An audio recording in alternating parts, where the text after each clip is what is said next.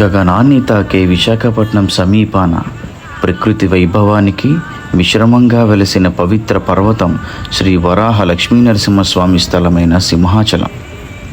ఈ ఆలయాన్ని చుట్టూ తిరిగి 32 కిలోమీటర్ల పర్వత ప్రదక్షిణ భక్తుల ఆత్మశుద్ధికి, శారీరక స్థైర్యానికి మరియు భగవద్భక్తికి ప్రతీక.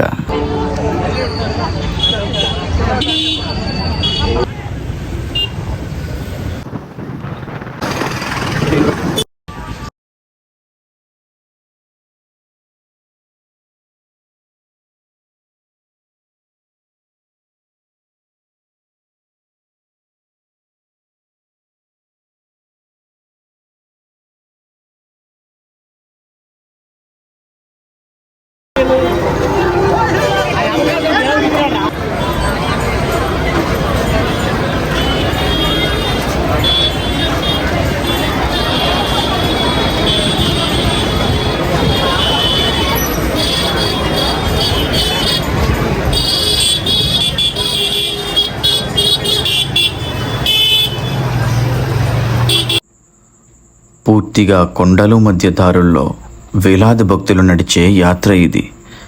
కొంతమంది దండం వేసుకుంటూ, కొంతమంది గచ్చెలు కట్టుకొని జై నరసింహ అంటూ నినాదాలు చేస్తూ ప్రేమతో ఈ ప్రయాణం చేస్తారు. ఈ యాత్రను చిన్న పిల్లల నుంచి వృద్ధుల వరకు భక్తితో నడిచే విధానం చూస్తే మనసు గర్వంతో నిండిపోతుంది.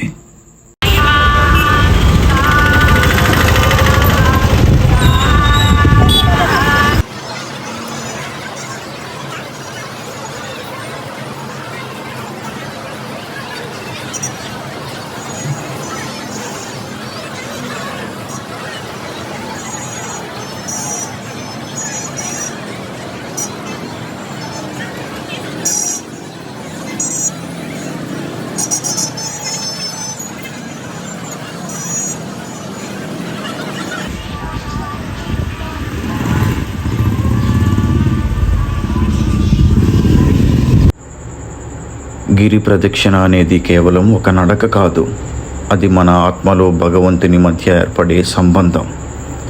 ఈ యాత్రలో ప్రతి అడుగు, ప్రతి చెమట చినుకు స్వామికి చేసిన అర్పణగా భావించాలి. ప్రతి గిరి ప్రదక్షిణ అనేది మనలో భక్తిని బలంగా చేస్తుంది, మన బలహీనతల్ని తొలగించి ధైర్యాన్ని నింపుతుంది. జై శ్రీ వరాహ లక్ష్మీ నరసింహస్వామి, జై సింహాచల క్షేత్రాధిపతి.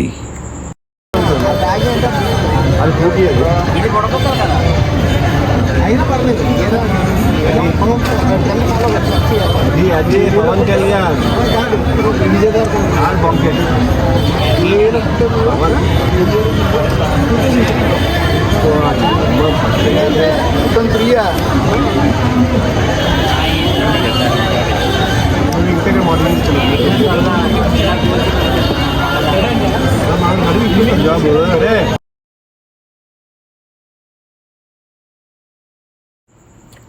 వేడి సూర్యకిరణాలు, పొడిబారిన దారులు. అలాంటి సమయంలో ప్రతి 2 కిలోమీటర్లకు ఒకసారి నీటి పంపిణీ కేంద్రాలు, బాటిల్స్, పానీయాల విభాగాల్లో ఏర్పాటవుతాయి.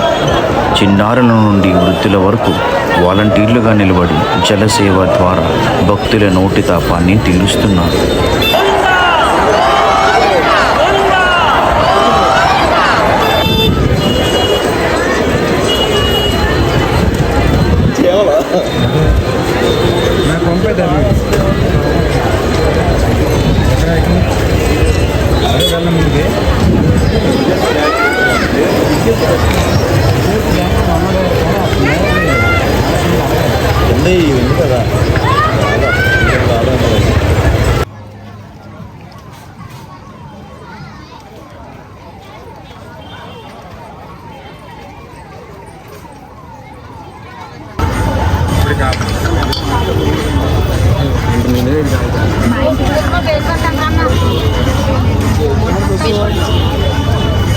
పెట్టద్దు మధ్య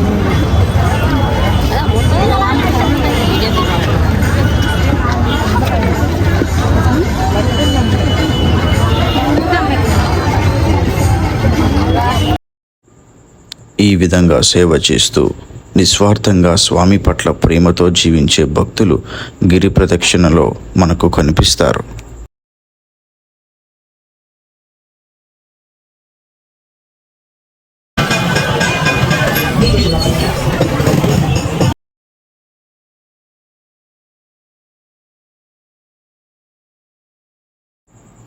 చివరగా గిరి ప్రదక్షిణ పూర్తయ్యే సమయానికి భక్తుల ముఖాల్లో కనిపించే చిరునవ్వు విజయం, భక్తి, ఆత్మతృప్తి అన్నింటినీ సూచిస్తుంది. ఆలయ ద్వారాన్ని దర్శించగానే భగవంతుడి కటాక్షం మనిషిలోకి ప్రవేశించినట్లుగా భావిస్తారు. అంతటి ప్రయాణం ఓ నిశ్చల నిశ్చయానికి, ఆధ్యాత్మిక అభివృద్ధికి, హృదయ విశాలతకు రూపం. భక్తులకు అన్నం పంచడం అనేది భగవంతుడికి నైవేద్యం పెట్టినంత పవిత్రం. చిన్న చిన్న బస్సుల్లో, గుడిసెల తలుపుల వద్ద, చెట్ల నీడల కింద శతశ్రేణులుగా అన్నదాన పథకాలు నడుస్తున్నాయి. పులిహోర, ఉప్మా, పానకం, మజ్జిగ. భక్తులు అలసిపోయినప్పుడు ఈ ఆహారం ప్రాణాధారంగా మారుతుంది.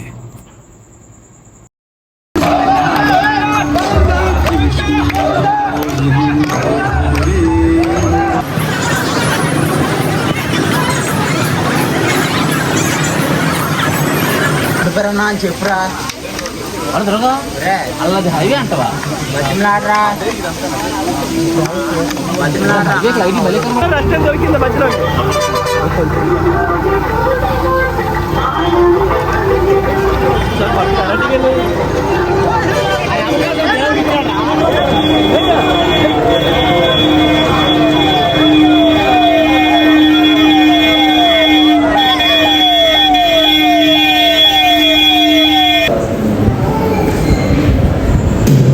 ఇక సెలవు.